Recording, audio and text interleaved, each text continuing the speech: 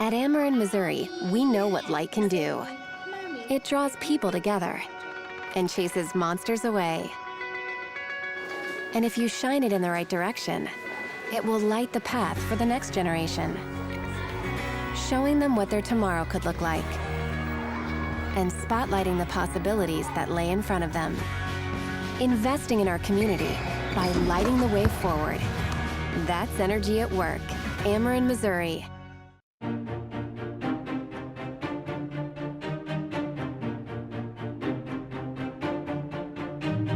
Welcome to This Week in Missouri Politics. Baseball season's begun. That means the legislature's entering the home stretch.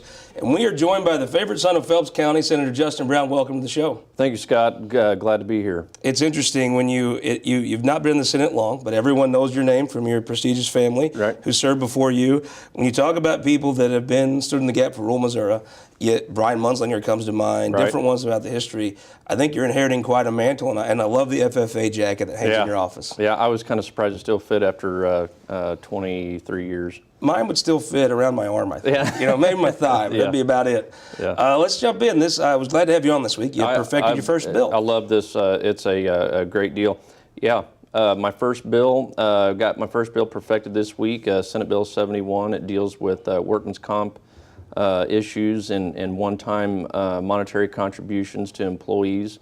So it not only helps the employer, it's also beneficial to the employee. So it's basically a bill that states if you're going to get a 401k contribution or a Christmas bonus or just a one-time monetary contribution to an employee, you shouldn't have to pay workman's comp insurance because there's no risk involved with that. It's a zero-hour billed monetary ad. So we got that perfected. It should be third read next week. So it's pretty exciting to get that done. It's an interesting thing. Everyone knows what your father did for a living before he was a senator and still does. Break down what you do, because it kind of ties into why you'd be the guy to actually pass a business fix that's simplistic. Right. Well, my original background after college, I spent a number of years in the banking business. I did loans anywhere from car loans, home loans, commercial loans. I always worked in different community banks, so we were kind of a one-stop shop. So and after that, about 4 years ago, I decided to farm full time. We've always had a farm. I've always seemed like we've always had two jobs, no matter what we end up doing in our family. But and I have a small trucking business on the side too, so I'm well aware of what we got to do to be able to keep good employees, and any break that we can get as business owners, we typically always want to pass on to our employees. It's interesting. Here's some folks that are Republicans. They're W-2 employees. I think that's what the nation needs. It's what the state needs. But yourself, Mike Bernskatter, people that actually have businesses, Lincoln Huff, business people actually understand the difference and why a fix like this unemployment thing matters. Right. Because after it doesn't take long, and you're not only responsible for your employees, but you carry somewhat of a burden of what happens to their families too, because they all depend on you. So if you don't do your job and run your business right, you can let a lot of people down. Let's talk about, speaking of financial issues, you being on the Appropriations Committee.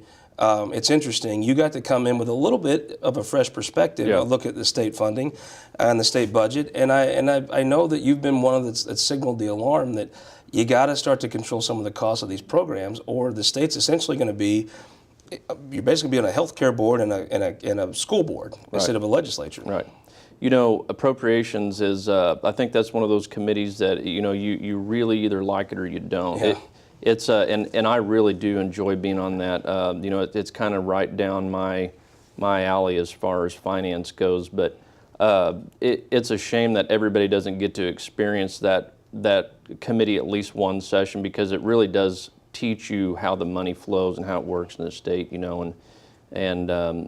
Missouri's got right at a $30 billion budget this year, and if our revenues don't come in, we've had some revenue problems, based on some W-4 things on the federal level that I think the Department of Revenue is finally, kind of got that all worked out, and we're going to see what happens. But our revenues are down in the state. They continue to be down, so we have to do all we can to try to generate some revenue without making it burdensome on our constituents. So in my mind, one way to do that is to entice Missouri, business to come to Missouri. People buy products made in Missouri. I know the governor is big on that, and the lieutenant governor of, buy Missouri, produce it here, buy it here. Keep the money in the state, and we're going to have to continue to focus on things like that, and rein in on some of these programs. There's a lot of fraud, waste, and abuse in a lot of departments.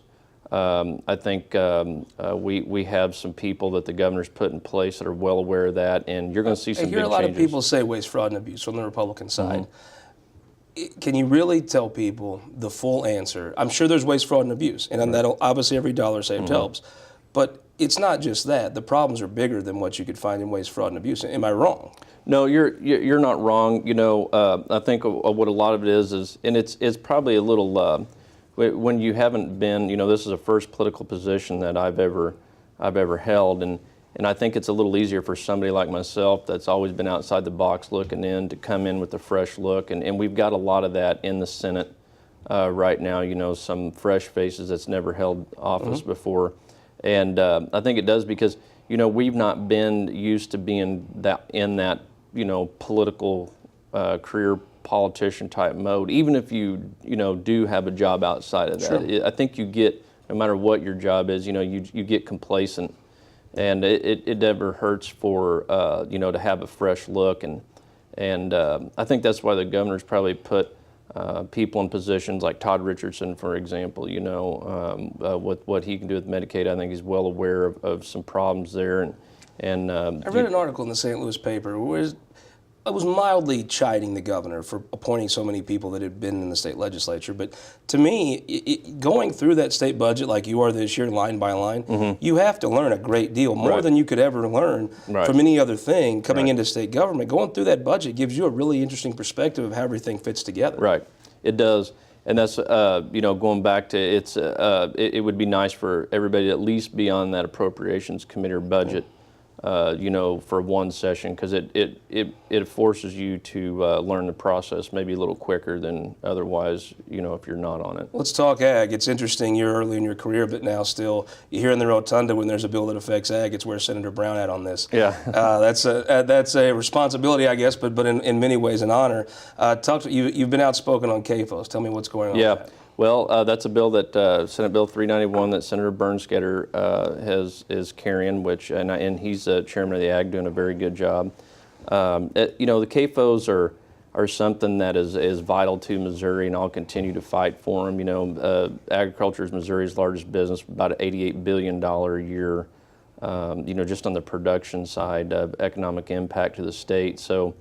These CAFOs are allowing, like maybe a farmer that isn't a fifth generation farmer. People ask me all the time, how in the world would I get into production agriculture if I wasn't born into it? Well, you can do it, but you have to be a little more creative. You might have to contract with some of these companies to where they'll guarantee you, a certain price. They'll lock your feet in. You build the facilities.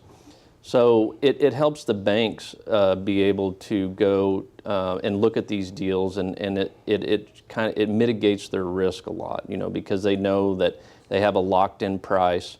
They know where they're going to be at in 6 months to a year, whatever, depending on what the process is, as far as when they're going to harvest their product, whether it be chickens, hogs, or cattle or whatever. So it just really helps a person that maybe wasn't born into the business be able to get in, and it helps in the fifth generation people, or second, third, fourth.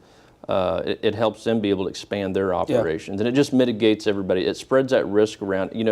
Everything's so expensive nowadays, from equipment to it's overhead, and it's in every business. So it's just one way that, can help agriculture grow in the state. Which is always the biggest business we have in Missouri. Right, and Missouri's always been, we're number 2 in cattle production.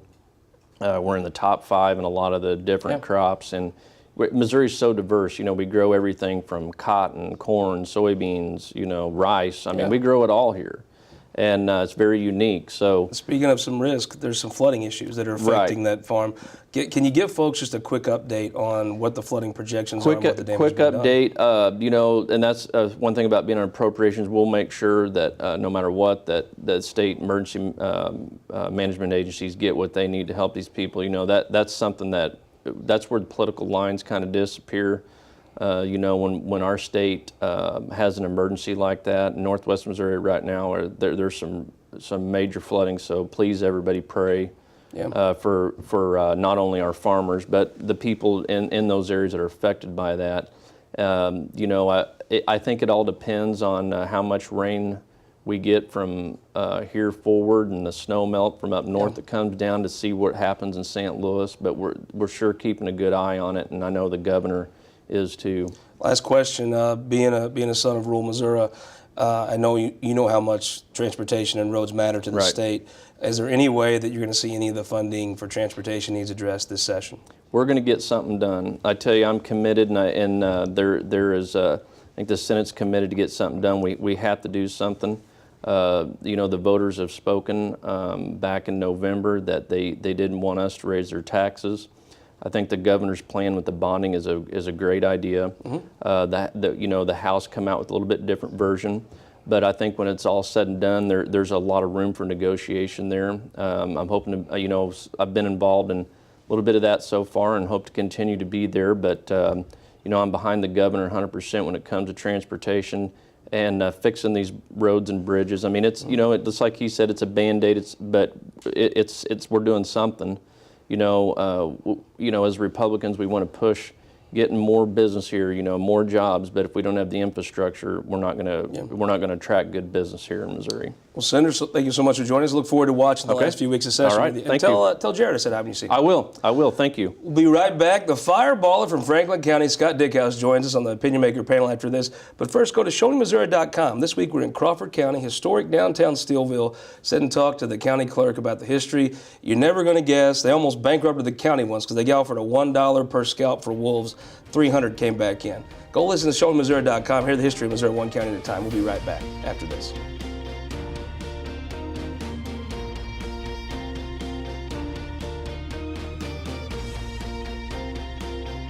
For more than a century, the St. Louis Carpenters Union has shaped our communities. Through trusted alliances, we deliver skilled professional craftspeople, while our business partners provide the kind of quality jobs that keep our economy humming. It's a blueprint that has worked since 1882. Turning Missouri into a right-to-work state stalls progress, wipes out jobs, and kills momentum. Right to work is wrong for everyone. Let's keep Missouri moving forward. Visit carpdc.org to learn more.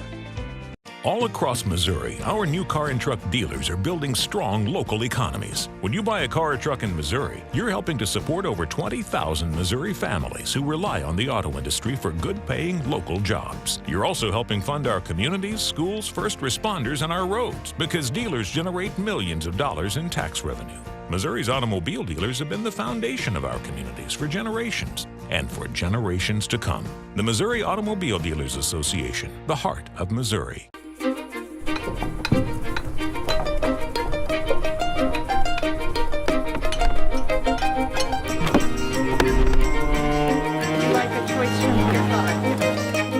Put the road down. You all have enough prizes?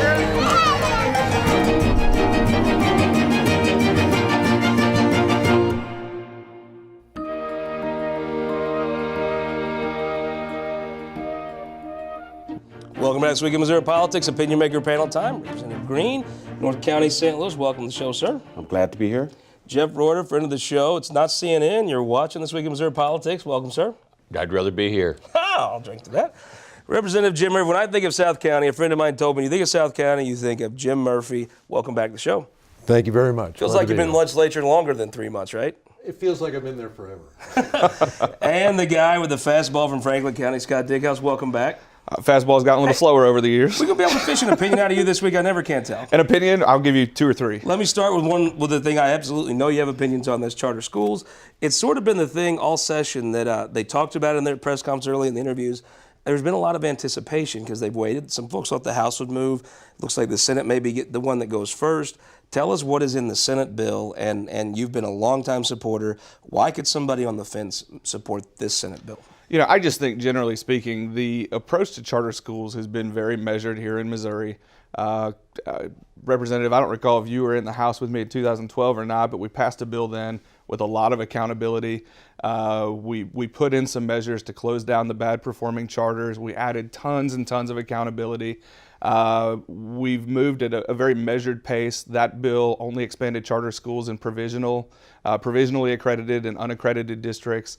The Senate bill is looking to kind of take that to larger population areas of the state. And really, since charter schools are a market-driven type of school choice, it makes sense that really the only areas of the state where you're going to see charter schools, you're not going to see them in, Carter County. You're not going to see them in Chariton County. You're not going to see them in some of these smaller, more rural places. You're going to see it where there's a population of people who are interested in some sort of education alternative for their kids. And really, charter schools, the track record in Missouri to this point is they're outperforming their traditional public school counterparts where they're currently located, and they're doing it with less money. So I don't know how anybody at this point can be opposed to charter schools. Now, you mentioned Carter County. The East Carter County Redbirds and Elsinore are a fine school. Tell me why people are opposed.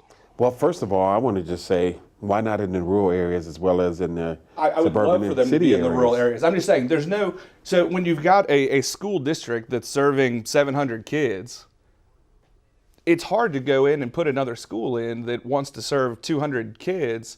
It's going to be hard to find 200, the parents of 200 kids who want that. No, it doesn't work. It's an economy of scale option. Why are you opposed to charters? I'm opposed to it. These are the couple things when they came to me, talked to me. First of all, it should be a vote of the people and not the legislature. That's where I sit with one option. The other is make sure the performance is there and accountability. One of the things that I'm personally looking at, again, if you get a contract and say you have 3 schools and 2 are performing well, one's not performing well, you can't go out and get a contract and then go expand until all 3 are up to par. That is what I would like to see. But the vote of the people, what I mean is, again, the accountability piece is that all 3 are performing at the level where the contract said, this is why we gave you the contract. In the city of St. Louis and Kansas City, you just mentioned that. I don't see those numbers happening the way that you said they are. Dig us from a global level. Is there some things that the legislature could do to put some more structure? We had Robin Wabi on the show a couple weeks ago. Sure. I have a lot of respect for her. I do too. I think that some of the arguments I've heard that made sense where you could give more to the board that she's over, to give a little more oversight. Right. Maybe you don't get to where public schools are, but you give more oversight. I think the charter school community might even welcome that. Without a doubt, I mean, the charter school community is willing to accept any reasonable accountability, any reasonable expectations. What they don't want is they don't want additional pieces imposed on them that are not imposed on the traditional public schools. And that's largely what a lot of people in the legislature are trying to push as, and I don't mean to accuse folks, but kind of as a mouthpiece for their superintendents who don't want to see this competition come to their local communities. I believe in school choice, yes, but I just want accountability there. Absolutely. Charter schools have more accountability than traditional public schools. When they don't perform... They don't have an elected school board, though. Does it hurt? No. That's part of what a charter school is. They're supposed to have more autonomy. They're supposed to have more freedom to explore doing things differently. Charter schools were birthed out of the teachers' unions, the AFT, American Federation of Teachers. And they said if we had these innovation centers, if we had centers who had a little bit more freedom, we could try things, and the things that are successful, we could implement in our traditional public schools. What has happened is AFT said, no, we're not for this anymore, because one of the things that we didn't realize we were supporting was a school that didn't have to negotiate with the teachers' unions. Jeff Roorda, I watched you in the House. In the Senate, this actually school reform is pretty popular. In the House, not so much. It was always suburban Republicans in leadership versus rural Republicans. I watched you get to sit back and eat popcorn and watch the fight. Doesn't look like it's changed since you were there. Well, I don't know. I may have voted for Scottsville. At least I recognize that it was a measured approach. But let's face the facts. Charter schools are not a panacea for education. They're also not a death knell for education. It depends on how you put them out there. I think charter schools get in trouble when Republicans are tempted to make them a wolf in sheep's clothing for stealing funds. Are not the answer to it, as you say. And charter schools aren't just going to pop up anywhere. There's got to be a demand for them. So what you said is right. The people should decide in that area. If we've got a problem, then we should have a charter school. But in places where they don't need charter schools, we shouldn't be forcing it on. I agree. In my school district, Melville, we have a school called School of Innovation, where we are actually trying to do innovative things, and as they work, we move them out to the other buildings. And our biggest problem is we need to fix public education. But your School of Innovation is underperforming. No, it is not. It is. Well, I think you go back to par and what that is, but let's talk about performing. I guess it was pretty much the House Republicans moved a budget this week. Give me a couple things that were in it that you supported, and give me a couple things that you didn't like. Well, let me begin with what I supported first, which was the transportation piece that was in the budget. Again, that was a governor's initiative. For many, well, he put that out there early in his stated address. He stated that this is what he would be pushing for throughout the paper. It was there. I'm just glad that it passed. The reason why is, for many years, especially, how are we going to fund infrastructure?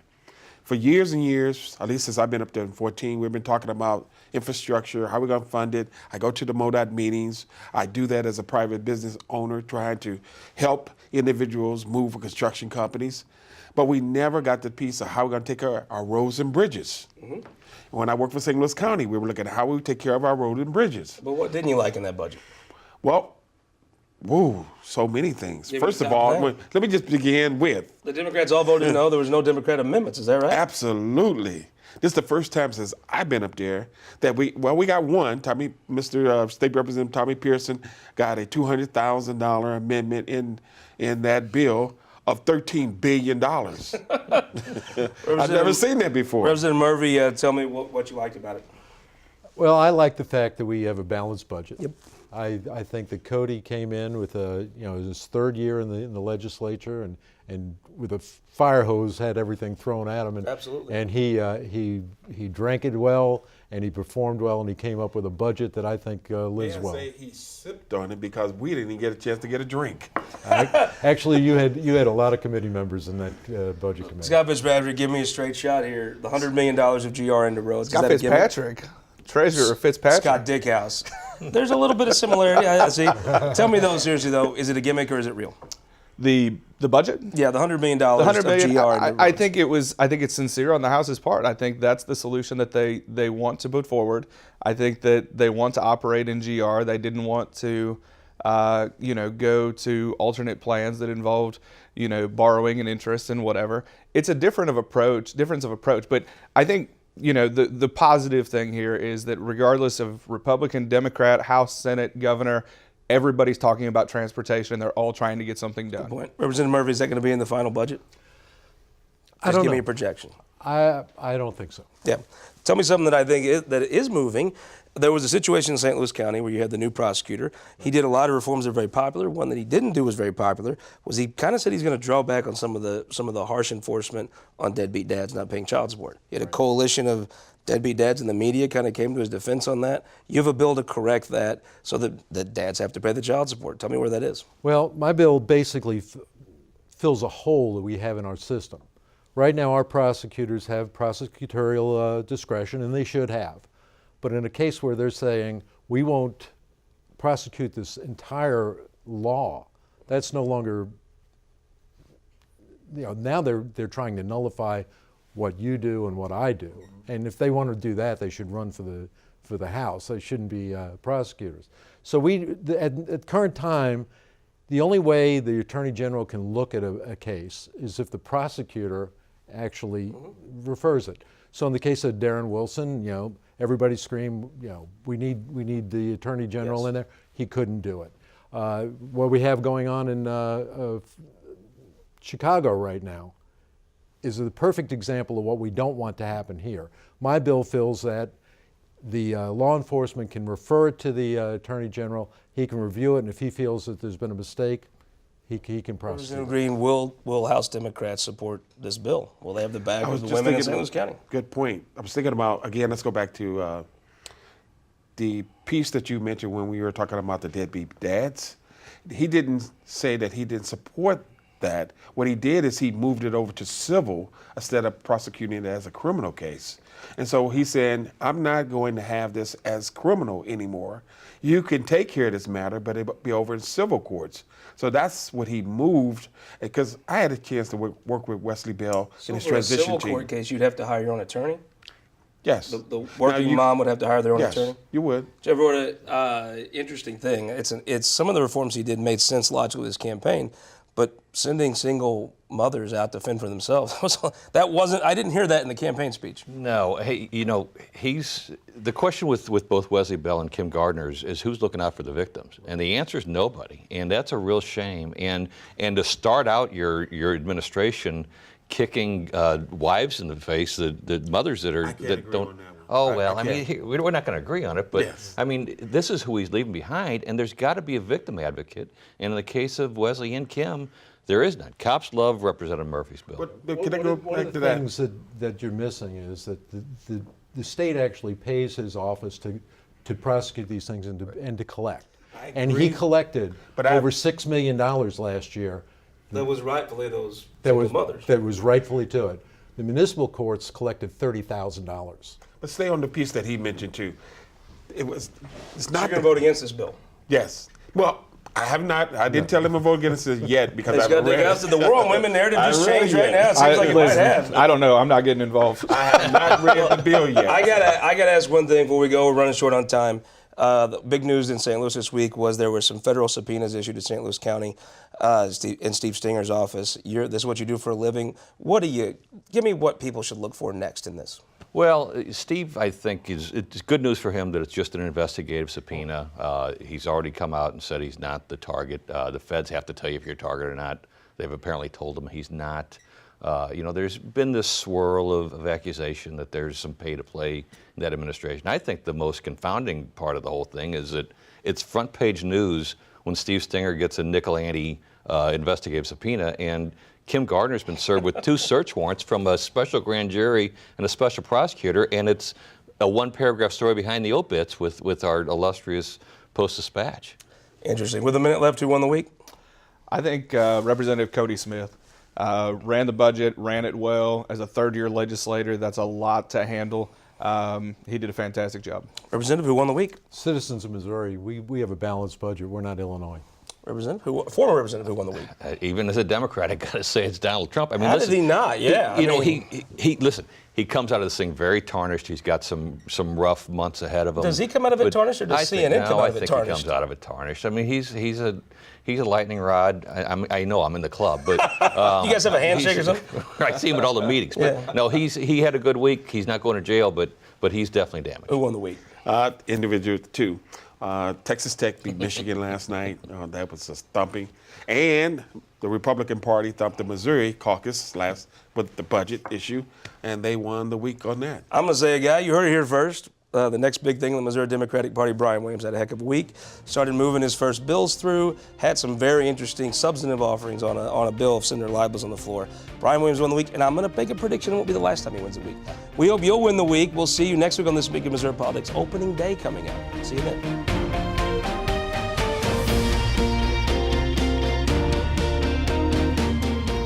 This Week in Missouri Politics, sponsored by the Missouri Association of Career Fire Protection Districts, Spire, and Sterling Bank.